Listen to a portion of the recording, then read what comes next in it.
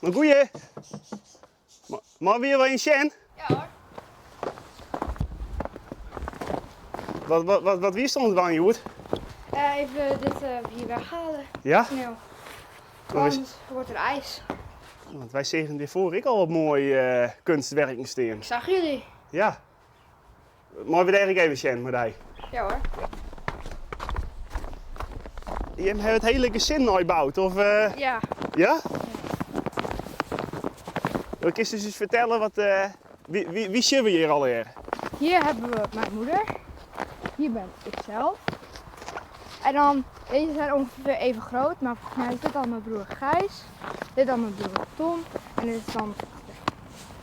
Die zit best wel wat werk in, zat de Sjen, of net? Ja, en de champignonnen dachten we dat het leuk was om even hier met tandenstokers zo de oogjes en de mond te maken. Hoe heb je dat bedacht dan? We hadden nog wat champignons over, dus dachten en we ook nog van dit. En dachten, nou, dat is wel een goede voor de ogen. Ja, meestal door je stjensie zien of een water op een neus, maar je dacht we pakken maar champignons. Ja, Ja, en wat heeft je dan, Joert? Die je best nog een squallenwest? ik had vandaag vrij.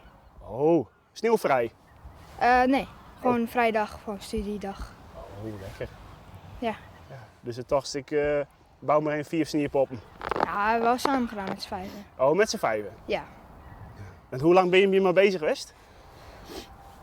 Volgens mij 1,5 uur of zo. 1,5 uur. Ja, Goed, dat is best wel snel. Ja. Ja. het ging ook zo heel snel, want echt heel snel. Dan heb je meteen een hele grote. Met de bloot nog wel eens in de sneeuw, heb je het. Ja, ik zou al eerder, ik wil nog wel sneeuw hebben. En hier ligt het. Fantastisch, toch? Ja.